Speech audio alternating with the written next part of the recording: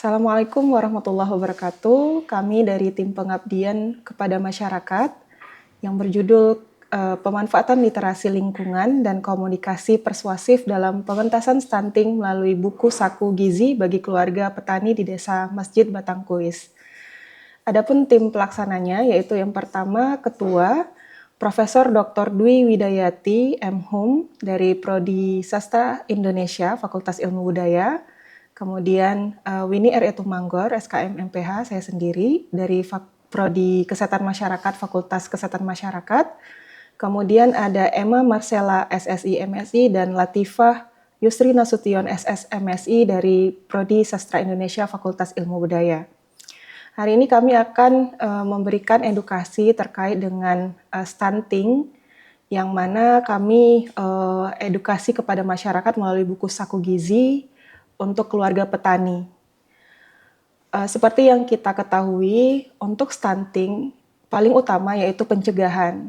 Karena apa? Karena ketika seorang anak sudah stunting, untuk recover-nya itu sangat sulit. Seperti itu, sehingga kita harus mengetahui pencegahan apa yang bisa kita lakukan. Karena pencegahan stunting itu sebenarnya mudah, tinggal bagaimana khususnya perempuan ya mengetahui bagaimana pencegahan stunting itu sendiri, di mana kita berharap bahwa masyarakat atau khususnya perempuan memiliki literasi yang baik untuk menjadi calon ibu yang menghasilkan generasi-generasi yang anaknya itu tumbuh sehat, tidak stunting. Nah, stunting itu apa? Stunting merupakan bentuk kekurangan gizi kronis.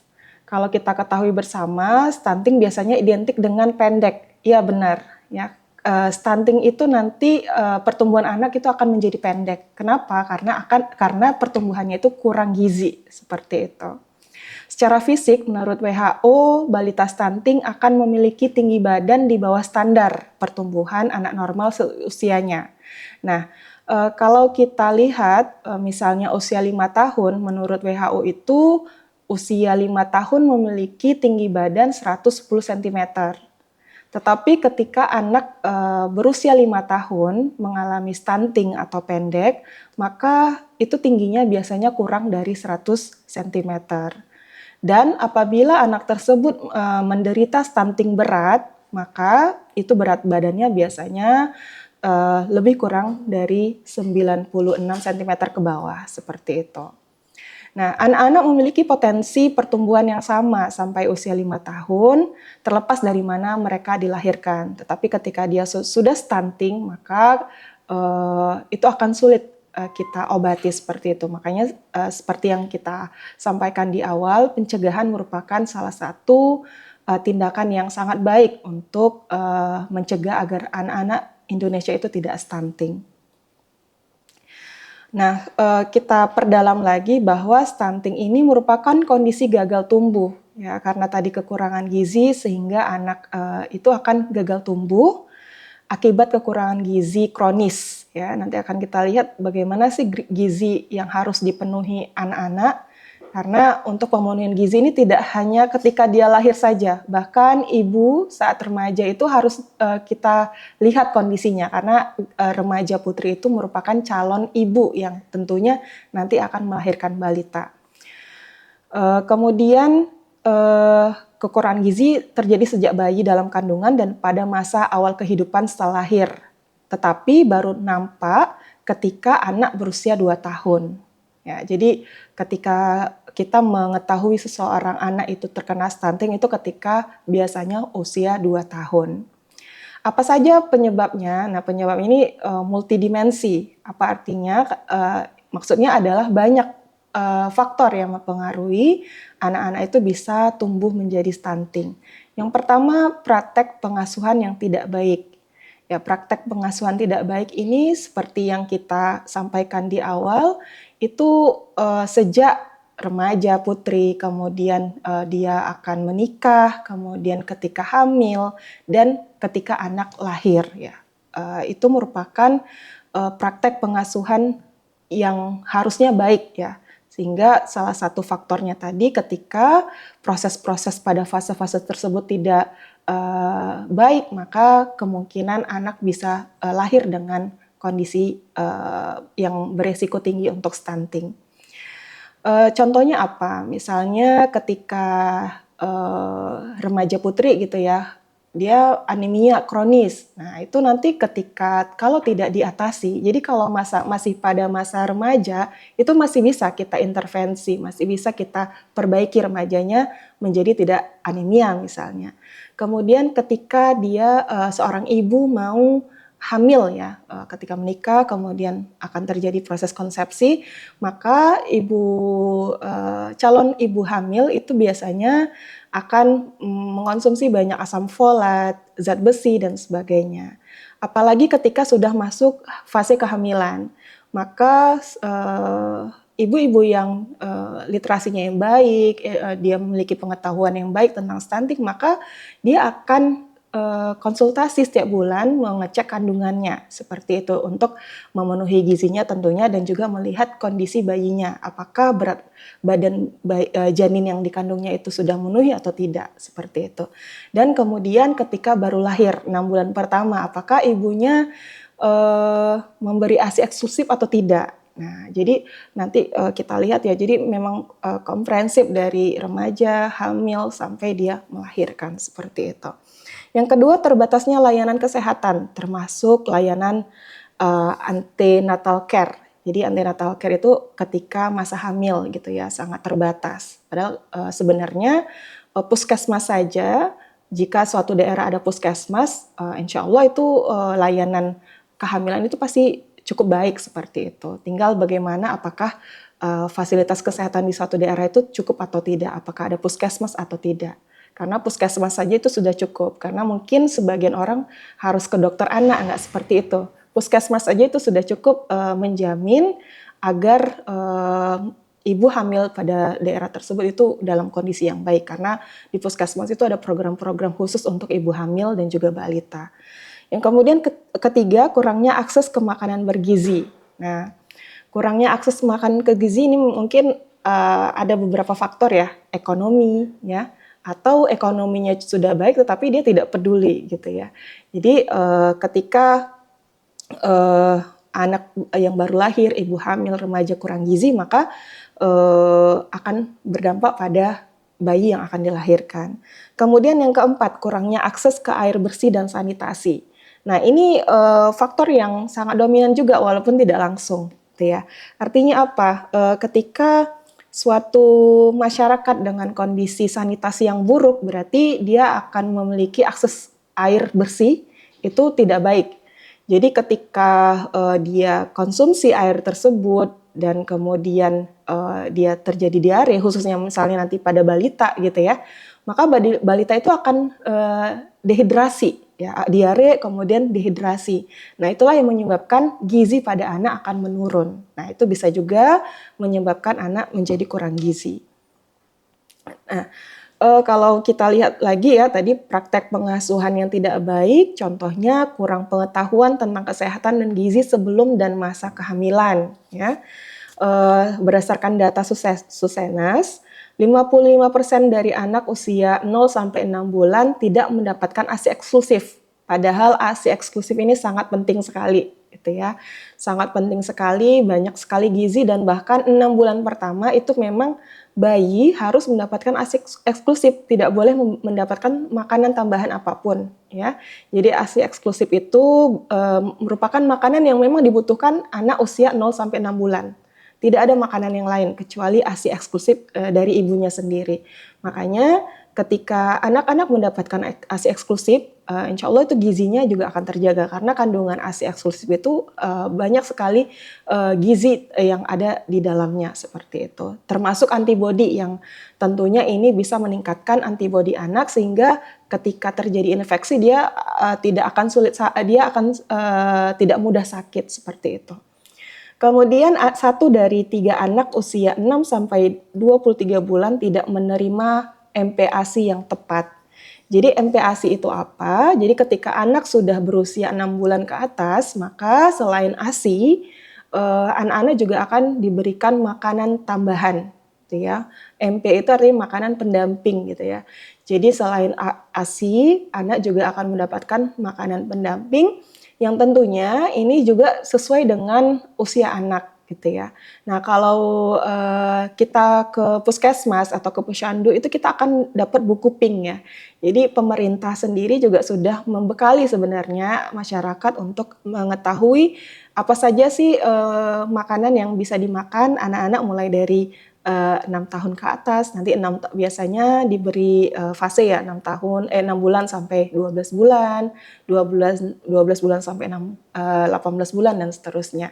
Jadi ketika ibu yang memiliki literasi yang baik kemudian mau mengamalkan dari buku pink yang sudah dibuat oleh pemerintah, ya insya Allah gizi dari anak-anak kita juga akan baik seperti itu. Jadi inilah salah satu praktek pengasuhan yang harusnya baik, tetapi banyak sekali yang tidak peduli akan hal tersebut. Kemudian kurangnya akses ke bahan makanan bergizi. Jadi ketika ibu hamil ya tadi, sebenarnya kita bisa juga cerita dari remaja gitu ya. Kemudian ibu hamil yang tidak mendapatkan gizi yang baik ya, dia ibu tersebut bisa anemia. Anemia itu akan berpengaruh pada bayinya seperti itu. Bahkan nanti ketika ibu anemia juga akan berisiko ya terhadap keamanan proses kelahirannya. Jadi memang untuk mencegah agar ibu tidak anemia, ada suplemen yang diberi oleh puskesmas ya. Tadi seperti kita sampaikan bahwa sebenarnya masyarakat itu mudah sekali mengakses suplemen untuk ibu hamil, untuk anak balita ke puskesmas saja. Nanti insya Allah itu akan diberi suplemen.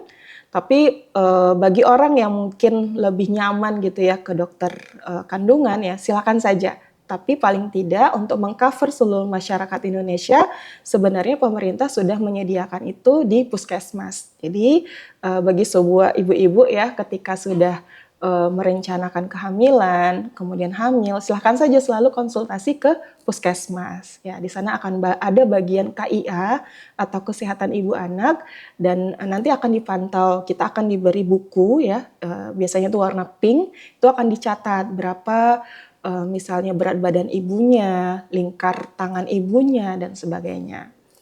Kemudian faktor yang lain ya, kenapa akses ke bahan makan itu kurang gitu ya, karena bahan makanan mahal. Ya mungkin bisa saja seperti itu, tetapi bahan-bahan apa sih yang bisa meningkatkan gizi pada ibu hamil misalnya ya, sebenarnya mudah saja, misalnya ikan. Ya, kalau tidak sangat miskin sekali, itu biasanya juga ada program posyandu ya yang biasa akan diberikan kepada ibu-ibu dan bahkan saya kemarin baru ke salah satu kantor desa ya. Ternyata mereka sudah bekerja sama dengan pemerintah dalam MBG ya. Ternyata mereka MBG sekarang tidak hanya ke sekolah ternyata ya. Ternyata juga ke ibu hamil dan anak balita. Nah, itu merupakan salah satu upaya juga ya mungkin dari pemerintah agar ibu hamil ini dapat mengakses makanan yang bergizi. Tetapi kalaupun itu belum tersedia, setidaknya ibu hamil juga memperhatikan ya makanannya itu harus ada proteinnya. Ya, protein itu bisa ikan, ayam, tempe gitu ya, tahu. Dan juga ada karbohidratnya, tentunya nasi ya yang sehari-hari kita konsumsi, bisa juga jagung dan sebagainya. Kemudian juga ada sayurnya sebagai sumber vitamin ya, sayur, buah-buahan itu kalau bisa setiap kita makan ya khususnya bagi ibu hamil itu harus tersedia. Jadi protein, kemudian karbohidrat, vitamin. Nah, itu harus ada di dalam piring kita seperti itu. Kemudian terbatasnya layanan kesehatan termasuk layanan antenatal care atau postnatal care dan pembelajaran dini berkualitas. Nah, 1 dari 3 anak usia 3-6 tahun tidak terdaftar di PAUD. Nah, ini sebenarnya salah satu literasi ya, di mana ketika kita terpapar atau diberikan edukasi tentunya akan meningkatkan salah satu pengetahuan tentang terkait gizi kita gitu ya. Jadi anak-anak yang ternyata dari data ini ya menyampaikan bahwa 1 dari 3 anak yang tidak terdaftar di PAUD ini juga merupakan salah satu faktor penyebab stunting. Ya, padahal PAUD itu sendiri ada ya PAUD yang gratis diberikan kepada masyarakat ya. Jadi ini juga program pemerintah yang bisa diakses dari kantor desa, misalnya dari desa-desa ini ada PAUD gratis dan sebagainya. Dan apalagi bagi orang yang mampu mungkin bisa memberikan edukasi yang baik ya untuk anaknya mengikuti pendidikan sejak dini. Kemudian 2 dari 3 ibu hamil belum mengonsumsi suplemen zat gizi yang memadai. Nah, ini faktornya juga ya. Jadi ibu hamil itu wajib mengonsumsi zat besi. Sekali lagi, ini kalau kita sebenarnya mudah sekali diakses ke puskesmas. Jadi kita konsultasi aja sedang hamil gitu ya. Kemudian nanti pasti akan diberikan suplemen zat besi. Ya, ini adalah satu suplemen wajib ketika seseorang ibu hamil datang ke puskesmas kemudian konsultasi tentang kehamilannya pasti akan diberikan suplemen zat besi. Nah, kalau ini dilakukan maka stunting itu juga resikonya akan berkurang. Tetapi kalau tidak dilakukan maka salah satu penyebab ibu melahirkan anak-anak yang stunting itu karena tidak mengonsumsi zat besi. Karena 2 di antara 3-nya itu ketika ibu tidak mengonsumsi zat besi maka anaknya akan stunting. Kemudian menurunnya tingkat kehadiran anak di posyandu dari 79% menjadi 64%. Nah, posyandu ini juga pos layanan terpadu ya. Sebenarnya banyak program pemerintah yang terlihat sederhana, tapi manfaatnya tuh begitu besar gitu ya. Jadi posyandu ini anak-anak diberi suplemen gitu ya. Biasanya diberi makan tambahan juga gitu ya, bubur dan sebagainya itu tentunya sangat bermanfaat untuk anak. Vitamin A dan sebagainya. Ketika memang ada posyandu program di sekitar rumah kita ada, silakan datangi aja, nggak ada ruginya seperti itu. Kemudian tidak mendapatkan akses yang memadai ke layanan imunisasi. Nah, imunisasi ini merupakan upaya kita ya agar anak-anak kita tidak terinfeksi penyakit-penyakit tertentu ya seperti TBC dan sebagainya. Nah, ketika anak-anak terjangkit penyakit tersebut yang harusnya itu bisa imunisasi, maka anak-anak ketika sakit ya dalam kondisi sakit maka daya tahan tubuhnya akan turun, kemudian nafsu makannya akan berkurang, maka gizinya itu juga nutrisi di dalam tubuhnya juga akan berkurang. Sehingga salah satu faktor yang menyebabkan anak stunting ini juga adalah tidak imunisasi. Nah, imunisasi ini bisa juga dari puskesmas. Jadi di buku pink itu sangat lengkap memandu ibu-ibu yang hamil, anak seumur sekian bulan harus imunisasi apa, anak umur sekian harus imunisasi apa. Biasanya itu di puskesmas juga tersedia gitu ya. Apalagi bagi masyarakat yang ekonomi menengah ini bisa juga mengakses di dokter-dokter anak seperti itu. Kemudian kurangnya akses ke air bersih dan sanitasi. Jadi menurut data, 1 dari 5 rumah tangga masih BAB di ruang terbuka. Nah, kenapa sih BAB ini berhubungan dengan stunting gitu ya? Sebenarnya seperti yang disampaikan di awal tadi bahwa sanitasi itu berhubungan, tapi hubungannya itu tidak langsung. Kenapa BAB terbuka itu bisa berpengaruh ke stunting? Ya karena BAB sembarangan itu kan tentunya tinja akan berserakan kemana-mana. Tinja ini itu merupakan sumber mikroorganisme patogen. Mau sakit apa? Misalnya sakit diare, sakit tipus, ya, sakit kolera, itu semuanya sumbernya dari tinja. Jadi ketika banyak masyarakat ya, banyak rumah tangga yang buang BAB sembarangan, maka faktor penularan terjadinya penyakit-penyakit menular tadi ya, seperti tipus, diare dan sebagainya itu akan meningkat. Nah, ketika penularannya itu meningkat, maka tentunya kasus juga akan meningkat. Nah, apabila kasus tersebut terkena pada anak balita, bayi, maka kondisinya itu akan buruk gitu ya. Anak-anak mudah sakit, anak-anak bisa nutrisinya akan berkurang, daya tahan tubuhnya turun, kemudian sakit dan sebagainya. Maka anak-anak bisa sakit dan akhirnya kalau tidak diobati dengan baik, maka efeknya dia akan stunting seperti itu. Artinya gizinya akan berkurang seperti itu. Begitu juga dengan air minum ya. Jadi dari data 1 dari 3 rumah tangga belum memiliki akses ke air minum bersih. Jadi air minum bersih ini kan adalah air yang kita akan minum. Nah, kalau air minum kita tidak memadai, maka juga di situ akan ada sumber bakteri atau mikroba patogen, bisa virus, bisa bakteri. Nah, ketika dikonsumsi oleh bayi, oleh balita, maka sama tadi seperti ketika BAB tadi akan mencemari makanan kita, akan mencemari air kita, itu juga akan berefek pada anak kita bisa terjangkit berbagai penyakit. Nah, efeknya apa? Ketika anak-anak kita tidak sakit terus gitu ya, maka daya tahan tubuhnya, gizinya akan menurun, dan akibatnya jika itu tetap berlanjut dia akan bisa kemungkinan juga stunting seperti itu. Nah, ini kalau kita lihat ya dari gambar, bagaimana sih anak yang normal, bagaimana anak yang stunting itu. Nah, kalau kita lihat paling sebelah kiri ini adalah anak yang memiliki kondisi normal ya. Jadi berat badan dan tingginya itu normal. Ya, kemudian ada anak yang kurus, dia nggak pendek tapi kurus. Nah, ini mungkin normal, tapi normal yang harus digemukkan lagi ya. Jadi tadi di buku pink tadi tuh ya, jadi kita bisa mengukur. Jadi kalau bisa setiap bulan itu anak kita bawa ke puskesmas, kita ukur dia tinggi berat badannya berapa, tinggi badannya berapa. Jadi kita bisa melihat kurva pertumbuhannya. Apakah dia termasuk yang hijau? Jadi kalau ibu-ibu pernah lihat buku pink ya, itu kan ada hijau, ada yang kuning, ada yang merah. Nah, kalau bisa anak kita tuh di kondisi yang hijau, paling enggak kuning lah ya, jangan sampai ke merah seperti itu. Jadi anak yang sehat itu tinggi badannya baik, berat badannya baik seperti itu. Nah, seperti inilah normalnya ya kalau kita lihat perawakan dari fisiknya. Tapi ada juga anak yang kurus. Anak kurus ini belum dikatakan stunting ya. Jadi dia kurus tapi harus kita gemukkan lagi gitu ya. Tapi kalau anak stunting ini seperti ini. Dia mungkin nggak kurus, nggak terlalu kurus, tapi badannya pendek. Tapi stunting ini tadi bermasalah ya karena akan bermasalah kepada perkembangannya.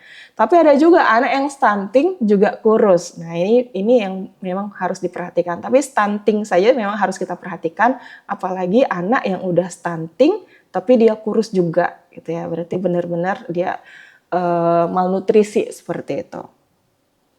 Nah, bukan semata-mata stunting yang menjadi masalah, tapi apa yang lebih penting, gitu ya, proses terjadinya stunting bersamaan dengan proses terjadinya hambatan pertumbuhan dan perkembangan. Jadi kalau anak yang udah stunting, maka pertumbuhan itu kan artinya ke atas ya. Misalnya anak usia 5 tahun dia tingginya sekian gitu ya, berat badannya sekian, dan juga perkembangan. Perkembangan itu apa? Dia akan lebih relate dengan kemampuan dia, otaknya ya tentunya, dan juga perkembangannya.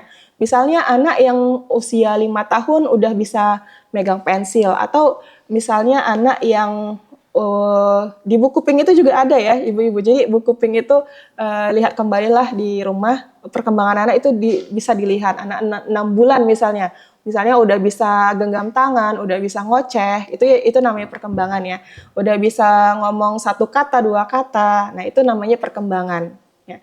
Jadi kalau anak stunting ini akan bermasalah dia pada pertumbuhannya, tinggi badan, berat badannya, dan juga perkembangannya, seperti itu. Jadi perkembangannya ini tidak hanya dari psikologisnya saja ya, tapi perkembangan organ di dalam tubuhnya, misalnya otaknya, jantungnya, ginjalnya, pankreas, dan sebagainya. Nah, makanya kita sering dengar ya 1000 hari pertama kelahiran gitu ya. Jadi periode untuk mencegah stunting itu adalah 1000 hari pertama kelahiran. Periode ini di dalam kandungan dan dalam 2 tahun pertama usia anak. Jadi untuk mencegah stunting, istilahnya bukan golden age juga ya, tapi agar anak tidak stunting, karena kalau udah di atas 2 tahun itu nggak bisa lagi kita di recover ya. Jadi dalam usia kandungan, kemudian jadi mulai sudah terjadi janin gitu ya, kemudian sampai dia 2 tahun itu adalah masa urgensi agar anak kita tidak stunting. Makanya program-program yang sesuai harusnya untuk ibu hamil dan juga ketika anak kita masih berusia 2 tahun ke bawah gitu ya. Nah di saat itulah kita harus benar-benar memperhatikan bagaimana kondisi ibu hamil, apakah tidak anemia, apakah gizinya tercukupi, asam folat, zat besi dan sebagainya. Kemudian di 2 tahun pertama usia anak itu juga benar-benar kita jaga mulai tadi dari ASI eksklusifnya kita berikan, kemudian MPASI-nya ini harus sesuai, dan seterusnya ya. Upayakan dia tidak diare sampai dehidrasi seperti itu dan sebagainya. Nah, 2 tahun pertama inilah harus kita benar-benar jaga anak kita agar tidak terjadi stunting. Tapi walaupun demikian 2 tahun ke atas itu tetap kita perhatikan ya gizinya, karena kalau mungkin tidak stunting lagi, tapi ada faktor-faktor penyakit yang lain ya yang harus kita perhatikan di dalam pertumbuhan anak kita. Tapi yang untuk mencegah stunting itu tadi memang pada saat usia selama ibu hamil ya 9 bulan, kemudian 2 tahun pertamanya. Kalau udah stunting dia udah nggak bisa direcover lagi. Paling kita hanya bisa meminimalisir saja seperti itu. Nah, apa dampaknya? Ya, yang pertama gagal tumbuh. Nah, gagal tumbuh tadi terkait dengan berat badannya lahir kecil, pendek, kurus gitu ya. Kemudian yang kedua hambatan perkembangan kognitif dan motoriknya. Nah, kalau kita lihat dari gambar anak yang stunting itu syaraf-syaraf di otaknya itu kecil banget ya. Tapi kalau anak-anak normal itu biasanya perkembangan otak anak itu sehat seperti itu. Jadi makanya nanti akan terganggu dia ke depannya. Karena apa? Anak stunting itu dia akan gagal tumbuh, akan gagal berkembang termasuk jaringan otaknya. Ini pasti akan berefek sekali lah untuk anak-anak masyarakat Indonesia ya. Apalagi kita berharap 2045 generasi emas gitu ya. Makanya memang dari anak-anak inilah coba kita lihat gizinya agar dia tidak stunting. Kemudian yang ketiga gangguan metabolik pada usia dewasa. Jadi ketika anak yang sudah stunting, maka itu bisa meningkatkan resiko penyakit tidak menular. Ya, bukan menular lagi. Jadi penyakit itu kan ada menular, tidak menular. Menular itu biasanya karena bakteri, virus, ya dan sebagainya. Tapi penyakit tidak menular ini adalah penyakit yang mungkin saat ini sedang naik ya. Kalau dulu banyak penyakit tidak menular ya. Kayak diare, hepatitis, TBC dan sebagainya. Dulu penyakit menular itu lebih tinggi. Tapi dengan perkembangan sekarang udah double burden ya, di mana menular juga menjadi masalah, tidak menular juga menjadi masalah. Misalnya apa tadi? Diabetes, obesitas, stroke, penyakit jantung. Jadi anak yang stunting nanti akan lebih tinggi resikonya terkena penyakit tidak menular ini. Nah, periode terjadinya gangguan tumbuh tadi anak-anak stunting ini dapat terjadi sejak dalam kandungan dan dapat berlanjut umumnya sampai 2 tahun pertama setelah lahir. Periode dari saat konsepsi sampai anak berusia 2 tahun, 1000 hari pertama telah teridentifikasi merupakan masa yang paling kritis dalam kesempatan untuk memberi intervensi. Ya, jadi kalau udah 2 tahun ke atas ketika anak udah stunting itu udah sulit diintervensi. Tapi intervensi yang paling baik adalah ketika ibu hamil sampai usia anak 2 tahun. Gitu ya. Makanya program-program pemerintah pun sebenarnya di puskesmas itu lebih banyak kepada ibu hamil dan juga anak bayi di bawah 2 tahun seperti itu. Jadi bukan di bawah 5 tahun ya, tapi bayi di bawah 2 tahun karena 1000 hari pertama kelahiran. Makanya saya kemarin waktu ke kantor desa ya kebetulan ada program ternyata MBG untuk ibu hamil. Nah itu menurut saya lebih sesuai sebenarnya gitu ya, karena yang paling penting itu ketika ibu hamil sampai anak usia 2 tahun. Jadi kalau udah di atas 2 tahun itu sebenarnya lebih memperbaiki gizi ya, bukan ke stuntingnya secara khusus seperti itu. Nah, kemudian gagal tumbuh. Nah, kalau kita lihat ya, kalau misalnya di 1000 hari pertama kehidupannya itu tidak mendapatkan gizi yang baik, maka dia akan gagal tumbuh atau stunting tadi. Ini kalau kita lihat ya, ini Rashid 3 tahun ini normal. Tetapi Taufik dia udah 4 tahun, tapi lebih pendek daripada si Rashid ini. Nah, ini kemungkinan besar si Taufik ini sudah stunting seperti itu. Nah, kita lihat lagi gambar sebelah ini udah agak remaja ya. Jadi Romi ini 13 tahun. Tetapi Ambriadi ini dengan usia yang sama, tapi dia tumbuh tinggi badannya itu pendek. Nah, ini kemungkinan dia juga sudah stunting. Nah, hambatan perkembangan kognitif dan motorik pada anak yang normal itu biasanya semakin banyak jaringannya ya, jadi jaringan di dalam otak itu maka perkembangan otaknya itu semakin maksimal gitu ya. Tetapi kalau anak yang terabaikan ya gizinya, perkembangannya, maka otaknya itu akan menciut seperti itu.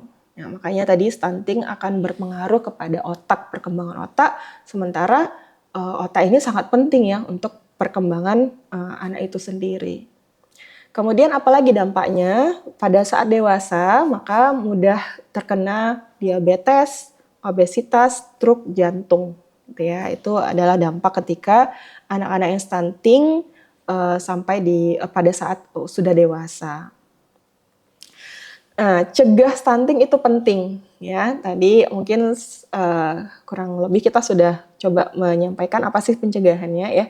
Jadi yang paling penting untuk mencegah, jadi stunting ini kalau udah kena susah di-recover. Tapi yang paling penting adalah dicegah. Cegah itu ada 3 komponen.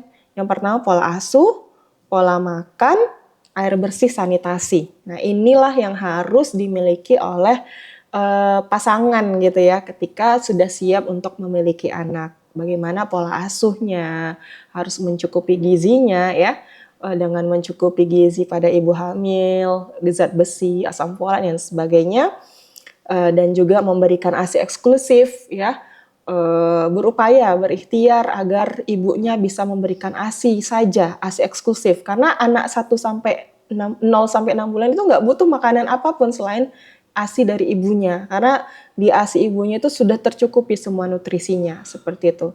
Jangan malah mudah sekali untuk memberikan susu-susu yang di luar ASI, seperti itu. Kemudian ketika sudah lahir, ketika sudah 6 bulan ke atas, diberi MPASI yang berkualitas gitu ya, tidak asal-asalan ya, perlu mengetahui apakah proteinnya tercukupi, karbohidratnya tercukupi, vitaminnya tercukupi, dan sebagainya. Kemudian kalau terkait pola asuh sebenarnya dari buku yang diberikan puskesmas tadi ya, yang berwarna pink itu memudahkan kita karena ada banyak petunjuk-petunjuk ya dari pemerintah sudah disusun. Kemudian dari kalau misalnya sekarang sudah era teknologi sebenarnya juga banyak aplikasi dan salah satu aplikasi yang direkomendasikan itu namanya Primaku. Nah, jadi selain di buku pink itu kita bisa catat ya berapa tinggi badan, berat badan tiap bulan, di Primaku itu secara digital kita juga bisa mencatat ya berapa tinggi badan anak kita, berat badan anak kita lihat apakah grafiknya bagus gitu ya, apakah dia masih dalam warna hijau, jangan sampai ke warna merah seperti itu. Dan di aplikasi Primaku ini pola asuh kita tuh disampaikan juga gimana kita mengembangkan potensi perkembangan anak sesuai usianya, terus makanan-makanan bergizi apa yang kita berikan, edukasi motorik, kognitif apa yang bisa kita berikan itu semuanya ada di Primaku. Jadi itu merupakan salah satu aplikasi yang direkomendasikan dari dokter anak ya. Kalau tidak salah juga Kementerian Kesehatan juga merekomendasikan seperti itu. Nah, pola makan. Nah, sebenarnya pola makan ini erat dengan pola asuh juga, di mana pola asuh ini bagian pentingnya juga bagaimana orang tua itu memberikan makanan kepada anaknya, gitu ya. Jadi kalau kita lihat isi piringku dari Kemenkes itu harus ada makanan pokok. Makanan pokok itu apa? Karbohidrat ya. Kalau di Indonesia itu pada umumnya nasi ya, atau beras, nasi.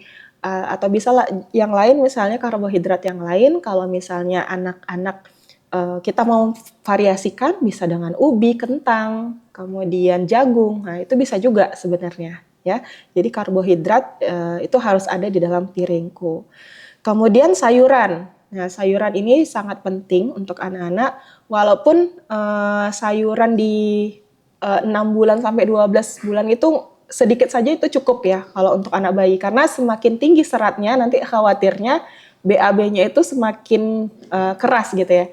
Jadi tetap ada sayur tetapi kalau di 6 sampai 12 bulan itu mungkin tidak terlalu banyak ya. Tapi semakin dia besar mungkin untuk porsi sayur itu kita lihat ya. Ini adalah rekomendasi dari kementerian. Jadi seperberapa ini ya, jadi setengah, kemudian 2/3 dari setengah itu makanan pokok, 2/3 dari setengah itu sayuran, kemudian tetap ada buah-buahan dan lauk pauk. Nah, lauk pauk ini juga harus wajib ada karena itu adalah sumber protein anak. Tadi sudah kita katakan bahwa misalnya ikan, ayam, tempe, tahu itu semuanya adalah sumber protein pada anak. Nah, kalau kita mau kasih makan anak, semuanya itu harus ada. Ada nasinya, ada sayurnya, ada ikannya, boleh ikan, boleh ayam, boleh tempe, boleh di mix gitu ya. Dan juga ada buahnya, jangan lupa gitu ya. Kemudian apalagi untuk mencegah stunting? Air bersih dan sanitasi.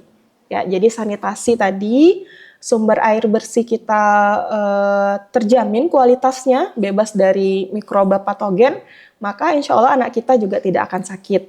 Kemudian sanitasi ketika kita mau memberikan makan kepada anak, peralatan makan anak kita bersih, kemudian personal hygiene ibu juga bagus, maka itu bisa salah satu upaya-upaya agar anak kita makanannya itu memiliki kualitas yang baik. Nah, tadi intervensi yang paling bisa kita lakukan untuk mencegah stunting yaitu 1000 hari pertama kehidupan. Jadi ingat ya ibu-ibu semua bahwa 1000 hari pertama kehidupan itu sangat penting.